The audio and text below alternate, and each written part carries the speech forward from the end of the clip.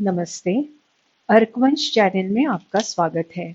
हम संक्षेप में वाल्मीकि रामायण की कथा सुन रहे हैं। पिछले भाग में हमने देखा, दक्षिण दिशा में गए हुए वानर सीता का शोध न लगने के कारण निराश होकर समुद्र तट पर बैठे हुए थे। तभी उनकी भेंट संपाति से होती है, जो उन्हें बताता है कि सीता रावण के अंतःपुर में बंदीवास में है। जाम्बवान की प्रेरणा से हनुमान समुद्र पार करने के लिए उद्युक्त हो जाते हैं। यहाँ पर किष्किंधा कांड की समाप्ति होती है। अब सुंदर कांड को आरंभ करेंगे। कपिवर हनुमान ने अन्य जनों को दुष्कर ऐसे कार्य को करने का निश्चय किया था। इसमें उन्हें किसी का भी सहाय मिलने की संभावना नहीं थी। हनुमान महेंद्र पर्वत पर चढ़ गए। सूर्य, इंद्र, पवन, ब्रह्मदेव तथा सर्वभूतों को प्रणाम किया और समुद्र पार करने का विचार किया। पूर्वाभिमुख होकर पुनः अपने पिता पवन देव को वंदन किया।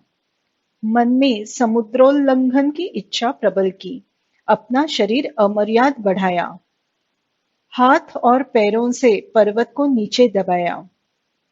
पैरों से पर्वत दबने के कारण डगमगने लगा। पर्वत पर वास करने वाले प्राणी, नाग, ऋषि, विद्याधर इत्यादि भयभीत होकर पलायन करने लगे। वृक्षों की डालियां, फल, फूल भूमि पर गिरने लगे। हनुमान ने अपनी विशाल भुजाएं पर्वत पर स्थिर की। ऊपर के सर्व अंग कटी की सीमा में संकुचित किए। तेजस्वी तथा पराक्रमी हनुमान ने अपने दोनों बाहु तथा गर्दन संकुचित की। दूर पर्यंत मार्ग पर दृष्टिक्षेप करते हुए, आकाश की ओर देखते हुए प्राणों का हृदय में अवरोध किया। साक्षात गरुड़ हूं ऐसी कल्पना करते हुए वेग से ऊर्ध्व दिशा में उड्डाण किया। उन्होंने उड्डाण करते ही उनके वेग से आकृष्ट होकर पर्वत के अनेक वृक्ष उनके साथ उड़ने लगे। साल वृक्ष की तरह जो भारी वृक्ष थे, वो त्वरित समुद्र में गिर गए, परंतु जो हल्के वृक्ष थे, वो उनके साथ थोड़ी दूर तक जाकर फिर समुद्र में गिर रहे थे। उन वृक्षों के फूल पानी में गिरने के कारण समुद्र तारों से सजे हुए आकाश की भांति प्रतीत हो रहा था। जल पर जो हनुमान की छाया पड़ी थी, वो 10 योजन चौड़ी तथा 30 योजन लंबी थी। हनुमान का वेग समुद्र की लहरों को आकर्षित कर रहा था। वो जिस मार्ग से जाते, वहां का समुद्र भाग द्रोण की तरह संकुचित हो रहा था। हनुमान का वेग बादलों को भी खींच रहा था। उस समय तीव्र गति से जाने वाले हनुमान को देखकर देव, गंधर्व, चारण उन पर पुष्प वृष्टि करने लगे। वो श्री राम का कार्य संपन्न करने के लिए जा रहे थे, इसलिए सूर्य ने उन्हें ताप नहीं दिया। वायुदेव ने भी कोई बाधा निर्माण नहीं की। ऋषि मुनि उनकी प्रशंसा करने लगे। देव, गंधर्व उनकी प्रशंसा के गीत गाने लगे। उस कपिश्रेष्ठ को न थकते हुए सहजता से मार्गक्रमण करते देखकर नाग, यक्ष और राक्षस भी उनकी स्तुति करने लगे। समुद्र ने सोचा, मेरा इक्ष्वाकु वंशी महाराज सगर ने विस्तार किया है। ये हनुमान इक्ष्वाकु वंशी श्री राम का कार्य करने के लिए जा रहा है, इसलिए मुझे इसकी सहायता करनी चाहिए। ऐसा सोचकर अपने जल में छिपे हुए मैनाक पर्वत को समुद्र ने कहा, हे शैलराज, महामना देवराज इंद्र ने तुम्हें पातालवासी राक्षसों का मार्ग बंद करने के लिए यहाँ स्थापित किया है। ऊपर, नीचे और चहुं ओर बढ़ने की शक्ति तुम में है, इसलिए मैं तुम्हें आज्ञा देता हूं कि तुम ऊपर की ओर बढ़ जाओ। ये कपि शार्दुल हनुमान तुम्हारी ऊपरी ओर से जा रहा है। वो भयंकर साहसी है। श्री राम का कार्य सिद्ध करने के लिए उसने आकाश में उड्डाण किया है। इक्ष्वाकु वंश के लोग मुझे तो पूजनीय है ही, परंतु तुम्हें भी परम पूजनीय है, इसलिए तुम हमें सहायता करो, जिससे कर्तव्य पालन का ये सुयोग व्यर्थ न जाए। अब जल की सतह से ऊपर उठो, जिससे हनुमान तुम्हारे शिखर पर थोड़ी देर विश्राम कर सकेंगे। यह सुनकर वृक्ष वेलियों से सजा हुआ मैनाक पर्वत त्वरित ऊपर उठा। परम कांतिमान तथा तेजस्वी सुवर्णमय शिखरों के कारण गिरिश्रेष्ठ मैनाक सैकड़ों सूर्यों के समान दैदीप्यमान दिखाई दे रहा था। क्षार समुद्र से अचानक सामने आए हुए मैनाक को देखकर हनुमान ने सोचा कि ये निश्चित कोई विघ्न है। महान वेगवान हनुमान ने अपनी छाती से उस शिखर को जोर से ठोकर दी, जिससे वो शिखर विदीर्ण हो गया। तब मैनाक मनुष्य रूप धारण करके हनुमान को कहता है, तुमने 100 योजन पार करने के लिए उड्डान किया है, इसलिए मार्ग में तुम्हें विश्राम के लिए कोई स्थान प्राप्त हो सके, इस उद्देश्य से बड़े आदर से समुद्र ने मुझे नियुक्त किया है। इस स्थान पर बहुत सारे सुगंधी एवं स्वादिष्ट फल मूल हैं। उन्हें भक्षण करके यहाँ थोड़ा विश्राम करो और फिर आगे जाओ। धर्म पालन करने वाले ज्ञानी मनुष्य के लिए साधारण अतिथि भी पूजनीय होता है। फिर तुम जैसे असामान्य शूरवीर अतिथि का सत्कार तो करना ही चाहिए। तुम महात्मा वायुदेव के पुत्र हो और वेग में उन्हीं के समान हो। तुम्हारी पूजा करने से साक्षात वायुदेव की पूजा करने का पुण्य हमें प्राप्त होगा। हे कपिश्रेष्ठ, पूर्व काल में कृतयुग की घटना कथन करता हूँ, सुनो। उन दिनों पर्वतों को पंख होते थे। पर्वत भी गरुड़ के समान वेग धारण करके सर्व दिशाओं में भ्रमण करते थे। उन्हें इस तरह उड़ते देखकर देव, ऋषि तथा सर्व प्राणी उनके नीचे गिरने के भय से घबरा गए। तब देवराज इंद्र ने अपने वज्र से लाखों पर्वतों के पंख काट दिए। उस समय वायुदेव ने मुझे समुद्र में डुबाकर मेरे पंखों का रक्षण किया। इस कारण भी मुझे तुम्हारे लिए आदर उत्पन्न होता है। तुम्हारे पिता का प्रत्युपकार करने का सुयोग आज मुझे प्राप्त हुआ है, इसलिए तुम मेरे और समुद्र के प्रेम एवं आतिथ्य का स्वीकार करो। हनुमान कहते हैं, हे मैनाक, मैं भी तुम्हारी भेंट से प्रसन्न हो गया हूँ, परंतु मैंने वानरों के सामने ये प्रतिज्ञा की थी कि मैं मार्ग में कहीं पर भी विश्राम नहीं करूंगा, इसलिए मैं यहाँ नहीं रुक सकता। हनुमान ने स्मित हास्य करके मैनाक को अपने हाथ से स्पर्श किया और पुनः ऊपर उड्डान करके आकाश मार्ग से आगे जाने लगे। हनुमान का ये दूसरा अत्यंत दुष्कर कर्म देखकर देव, सिद्ध और महर्षिगण उनकी प्रशंसा करने लगे। देवराज इंद्र मैनाक पर भी अत्यंत प्रसन्न हो गए और उन्होंने कहा कि मैं तुम्हें अभयदान देता हूँ, तुम जहां जाना चाहो वहां जा सकते हो। इधर हनुमान भी समुद्र का वो प्रदेश पार करके आगे चले गए। तब देव, गंधर्व, सिद्ध तथा महर्षि तेजस्विनी नागमाता सुरसा से कहते हैं, ये वायुपुत्र हनुमान समुद्रों को लांघ कर जा रहा है। तुम 2 घटका उसके मार्ग में विघ्न उत्पन्न करना। हम उसके बल पराक्रम की परीक्षा लेना चाहते हैं। तब सुरसा ने अत्यंत विकट, विरूप तथा भयावह रूप धारण करके हनुमान का मार्ग रोका और कहा, हे कपिश्रेष्ठ, तुम मेरा भक्ष हो, मैं तुम्हें भक्षण करूंगी, मेरे मुख में प्रवेश करो। हनुमान कहते हैं, देवी, श्री राम की पत्नी सीता का रावण ने हरण किया है। मैं श्री राम की आज्ञा से उनका दूत बनकर सीता की भेंट करने के लिए जा रहा हूँ। तुम भी उनके राज्य की नागरिक हो, इसलिए तुम्हें उनकी सहायता करनी चाहिए। अगर तुम मुझे भक्षण करना चाहती हो, तो मैं प्रतिज्ञा करता हूँ कि मैं सीता का दर्शन लेकर श्री राम से मिलकर स्वयं तुम्हारे मुख में प्रवेश करूंगा। इस पर सुरसा कहती है, मुझे ब्रह्मदेव से ऐसा वर प्राप्त हुआ है कि मुझे लांघ कर कोई आगे नहीं जा सकता, अतः मेरे मुख में प्रवेश करके ही तुम्हें आगे जाना होगा। हनुमान कहते हैं, ठीक है, तो तुम अपना मुख इतना बड़ा करना कि मेरा भार सहन कर सको। सुरसा ने 10 योजन मुख विस्तृत किया। ये देखकर हनुमान ने अपना आकार 10 योजन बढ़ाया। फिर सुरसा ने 20 योजन मुख खोला। हनुमान ने भी 20 योजन आकार बढ़ाया। इस प्रकार जितना सुरसा मुख बढ़ा खोलती, उतना ही हनुमान भी अपना आकार बढ़ाते। जब सुरसा ने 100 योजन मुख खोला, तब हनुमान ने शीघ्र अपना आकार संकुचित किया और अंगूठे जितना छोटा बनाया और सुरसा के मुख में प्रवेश करके शीघ्रता से बाहर भी आ गए। फिर सुरसा से कहा, देखो, मैं तुम्हारे मुख में प्रवेश करके बाहर आ गया। मैंने तुम्हारे वर का मान रखा। इस पर सुरसा ने प्रसन्नता से कहा, कपिश्रेष्ठ, अब तुम सुख से जाओ और शीघ्र ही सीता और श्री राम की भेंट कराओ। हनुमान का ये तीसरा दुष्कर कर्म देखकर सर्व प्राणी उनकी प्रशंसा करने लगे। हनुमान पुनः वेग से मार्गक्रमण करने लगे। सिंहिका नाम की एक विशाल राक्षसी ने हनुमान को देखा। मन ही मन में वो कहने लगी, बड़े समय के बाद इतना विशाल जीव देखा है। इसे भक्षण करने पर बहुत दिन तक मुझे भोजन का विचार नहीं करना पड़ेगा। उसने हनुमान की छाया पकड़ी। तब हनुमान की गति रुक गई। वो सोचने लगे, किसने मुझे पकड़ा है? इस पकड़ के सामने मेरा सारा पराक्रम व्यर्थ हो गया है। इतने में उन्होंने एक विशालकाय प्राणी को जल से बाहर आते देखा। सुग्रीव ने मुझे जिस छाया पकड़ने वाले अद्भुत प्राणी के विषय में सावधान रहने के लिए कहा था, ये निश्चित ही वो होगी।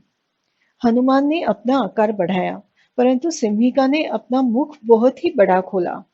तब हनुमान ने उसके मर्म स्थानों पर लक्ष्य केंद्रित किया, अपना आकार संकुचित किया, उसके मुख में घुसकर मर्म स्थानों पर अपने तीक्ष्ण नखों से वार करके उस राक्षसी के प्राण हरण किए।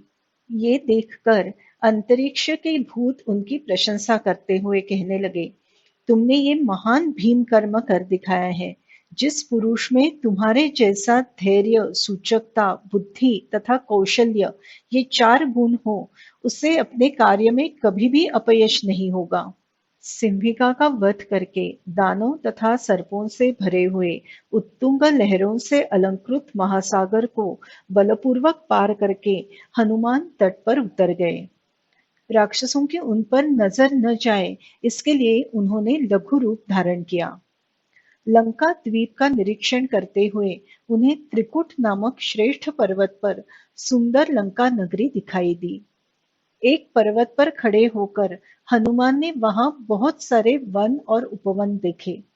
फूलों से लदे हुए वृक्ष, रमणीय क्रीड़ा स्थल, अनेक उद्यान, नाना प्रकार के जलाशय भी देखे। वो पुष्करणियां हंस और कारंडव पक्षियों से व्याप्त थी, कमल तथा उत्पलों से आच्छादित थी। हनुमान लंका नगरी के समीप पहुंचे। नगरी चहु ओर से खोदी हुई खाई से सुरक्षित थी। भयंकर धनुष्य धारण किए हुए राक्षस पहरा दे रहे थे। वो महापुरी सोने के तट से बंदिस्त थी। पर्वत के समान ऊंचे तथा शुभ्र वर्ण के अनेक प्रासादों से वो सुंदर दिखाई दे रही थी। बाहर के द्वार सोने के थे, तो दीवार लता वेलियों के चित्रों से अंकित थे। पर्वत शिखर पर स्थित लंकापुरी आकाश में तैर रही है, ऐसा भ्रम हो रहा था। उस पुरी के उत्तर द्वार पर पहुंचकर हनुमान चिंतित हो गए। वो द्वार बहुत ही ऊंचा था। भयंकर राक्षस हजारों की संख्या में उसका रक्षण कर रहे थे। उसकी निर्माण कला अचिंत्य थी। पूर्व काल में साक्षात कुबेर वहां निवास करते थे। उस नगरी का चौकस पहरा, चारों तरफ समुद्र की खाई, रावण जैसा भयंकर शत्रु, ये सर्व देखकर हनुमान विचार करने लगे, यदि वानर यहाँ तक पहुंच भी गए तो भी उनके प्रयत्न व्यर्थ ही जाएंगे। युद्ध मार्ग से देव भी लंका पर विजय प्राप्त नहीं कर सकेंगे। इस लंका जैसा विषम स्थान इतरत्र कहीं भी नहीं है। यहाँ केवल चार ही वेगवान वानर पहुंच सकेंगे, अंगद, नील, मैं और राजा सुग्रीव। लेकिन पहले सीता जीवित है या नहीं, इसका पता लगाना चाहिए, फिर इस विषय में विचार कर सकते हैं। वो सोचने लगे, मुझे छिपकर सीता का शोध लेना चाहिए। परंतु इन राक्षसों से कैसे छिपा जाए? यहाँ पर तो उन्होंने देखे बिना वायुदेव भी संचार नहीं कर सकेंगे। रात में ही लघु रूप धारण करके मुझे लंका में प्रवेश करना चाहिए। सायंकाल होने पर हनुमान ने बिल्ली इतना अपना रूप लघु किया और नगरी में प्रवेश किया। इतने में नगरी की अधिष्ठात्री देवता साक्षात लंका नगरी अपने स्वाभाविक रूप में प्रकट हो गई और उसने पूछा, तुम कौन हो और यहाँ किस लिए आए हो? मैं स्वयं लंका नगरी हूँ। मेरी अवहेलना करके कोई भी इस पुरी में प्रवेश नहीं कर सकता। हनुमान कहते हैं, मैं इस लंका नगरी को देखने आया हूँ। लंका कहती है, राक्षसेश्वर रावण मेरा रक्षण करता है। मुझे पराभूत किए बिना तुम नगर में प्रवेश नहीं कर सकते। मैं इस पुरी का दर्शन करके त्वरित चला जाऊंगा। लेकिन लंका उन्हें जोर से थप्पड़ मारती है।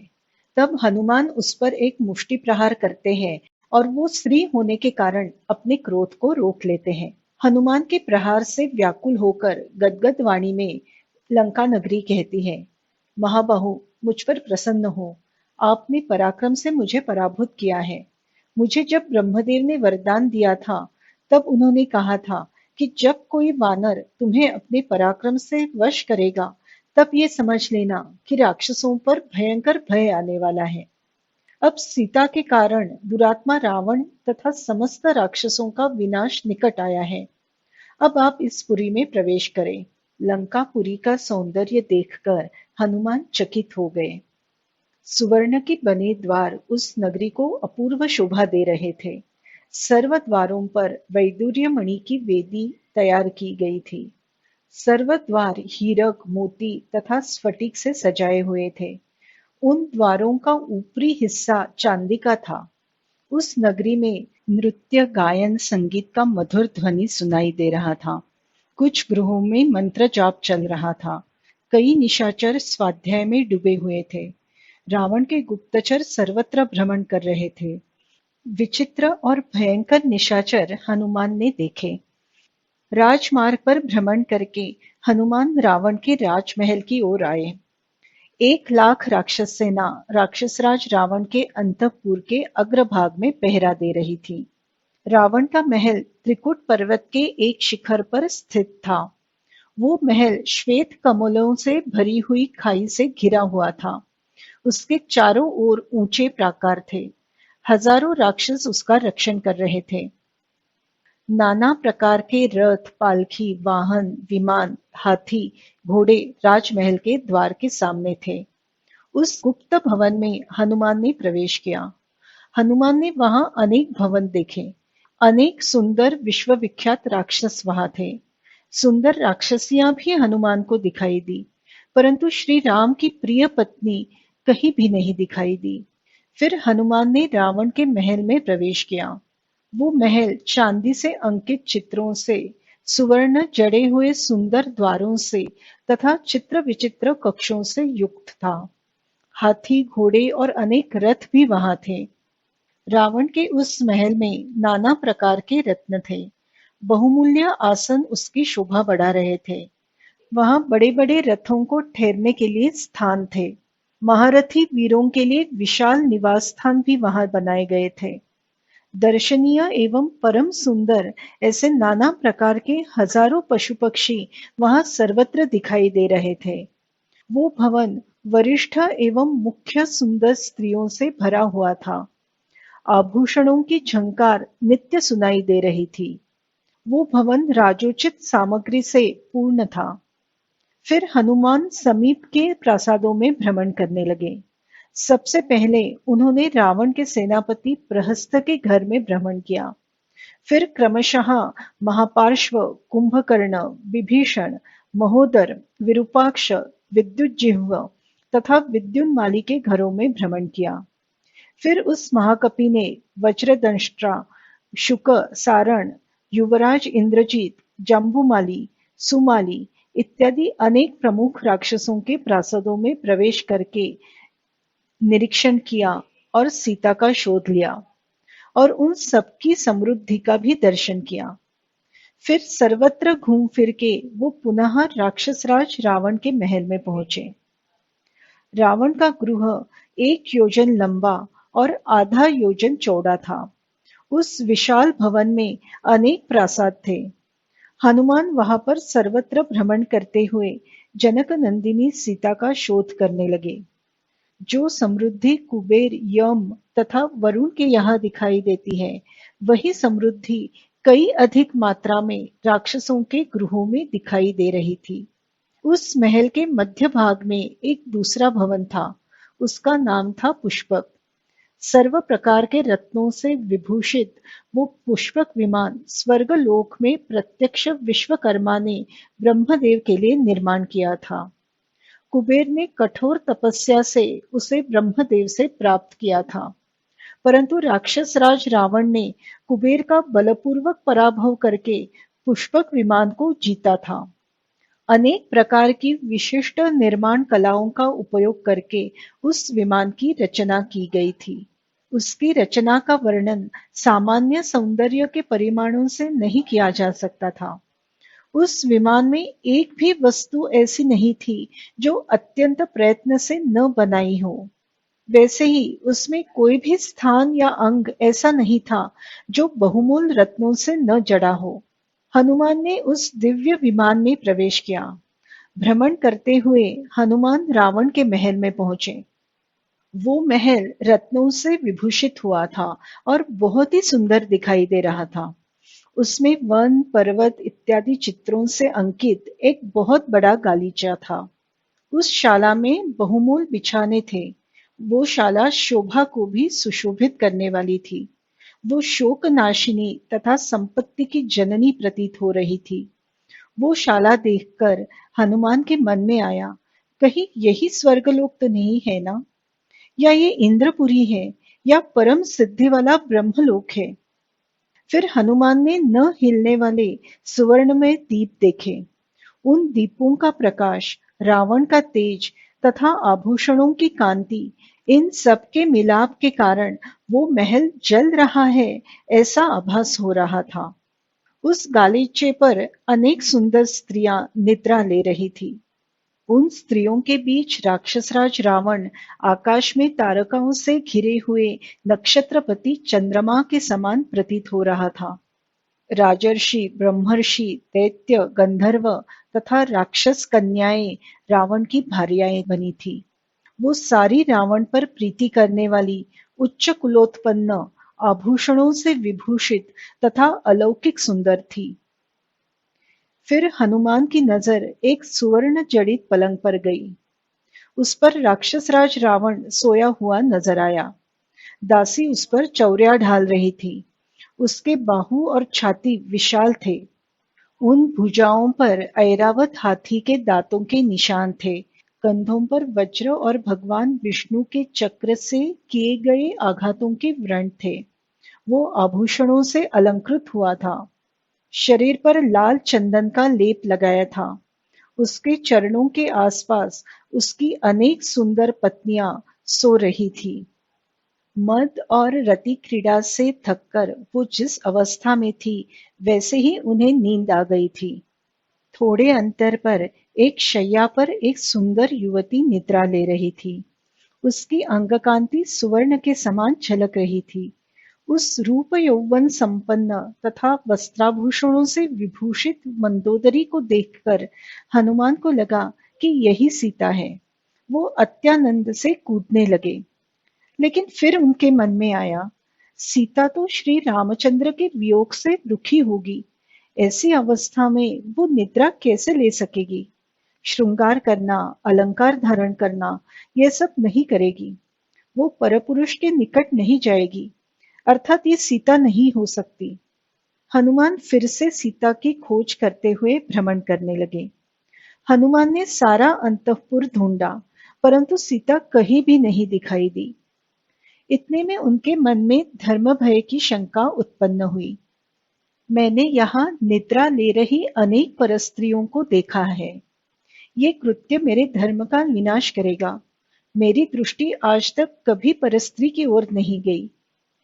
लेकिन फिर हनुमान के मन में दूसरा विचार आया। मैंने निस्संदेह रावण के स्त्रियों को बारीकी से निरखा, परंतु फिर भी मेरे मन में कोई विकार उत्पन्न नहीं हुआ। विदेह नंदिनी सीता का शोध मैं इतरत्र नहीं ले सकता था। स्त्रियों को स्त्रियों के बीच ही ढूंढना पड़ता है। तो मैंने शुद्ध मन से ही रावण के अंतःपुर में शोध लिया है। सीता का दर्शन लेने के हेतु हनुमान ने लता मंडप, चित्रशाला, विश्राम गृह, विमान इत्यादि ढूंढे, परंतु सीता का कहीं भी पता नहीं लगा। वो निराश हो गए। सोचने लगे, कदाचित सीता जीवित नहीं होगी, इसलिए मुझे वो दिखाई नहीं दे रही है। सीता का दर्शन न होने के कारण मेरा सारा पुरुषार्थ विफल हो गया है। सुग्रीव ने दिया हुआ कालावधि भी समाप्त हो गया है। इस कारण मैं पुनः किष्किंधा नहीं लौट सकता। समुद्र पार करके मैं वानरों से क्या कहूंगा? मैं अब आमरण उपोषण करूंगा। इस प्रकार कुछ देर निराश होने पर हनुमान पुनः सोचने लगे, ऐसे निराश होने से क्या लाभ? उत्साह धरना यही संपत्ति का मूल है। मैं पुनः सीता का शोध लूंगा। ऐसा सोचकर वो जिन स्थानों पर नहीं गए थे, वहां पर खोज करने लगे। रावण के अंतःपुर में खोज करते हुए उन्होंने 4 अंगुली भी जगह नहीं छोड़ी। वो सोचने लगे, मैंने यहाँ के सरोवर, उपवन, नदियां, दुर्गम पर्वत तथा नगरी के आसपास की सारी भूमि ढूंढी, परंतु सीता का शोध नहीं लगा। निश्चित ही सीता जीवित नहीं है। या तो अपहरण समय वो समुद्र में गिर गई होगी, अथवा राक्षसियों ने या रावण ने ही क्रोधित होकर उसे भक्षण किया होगा, अथवा रावण ने उसे किसी गुप्त गृह में बंदिस्त रखा होगा। मैं अगर सीता का पता लिए बिना किष्किंधा गया तो श्री राम निश्चित ही अपने प्राण त्याग देंगे। फिर लक्ष्मण, भरत और शत्रुघ्न भी जीवित नहीं रह पाएंगे। श्री राम की ऐसी अवस्था देखकर सुग्रीव भी प्राणों का विसर्जन करेगा। ऐसा हुआ तो उसका परिवार और अन्य वानर भी जीवित नहीं रह पाएंगे। मैं सीता का शोध लिए बिना यहां से नहीं जाऊंगा। ऐसा विचार करके हनुमान अशोक वाटिका में आए। उन्होंने सर्व देवता, ऋषि इत्यादि को मन ही मन में वंदन किया और श्री राम का ये कार्य सिद्ध करने के लिए आशीर्वाद तथा सिद्धि प्रदान करने की याचना की। अशोक वाटिका नाना प्रकार के वृक्षों से सुशोभित थी। उसमें बड़े बड़े महल, कृत्रिम कानन तथा सरोवरें थी। चित्र विचित्र वृक्ष और पर्वत भी थे। हिरणों के झुंड भी वहां थे। वो रमणीय अशोक वाटिका देखते हुए हनुमान भ्रमण करने लगे। वहां के वृक्षों के नीचे चांदी के ऊपर सुवर्ण की वेदी तैयार की गई थी। वहां पर हनुमान ने एक सुवर्णमय शिंशपा वृक्ष देखा। अनेक लतावेली तथा अगणित पत्तों से व्याप्त वो वृक्ष सुवर्ण की वेदी से घिरा हुआ था। हनुमान उस वृक्ष पर बैठकर सोचने लगे, यदि सीता जीवित है तो वो यहाँ निश्चित ही आएगी। उसे वन में भ्रमण करना अच्छा लगता है। वो इस सरोवर के तट पर निश्चित ही आती होगी। हनुमान वहां बैठकर संपूर्ण वन पर दृष्टि डालते हुए सीता का शोध लेने लगे।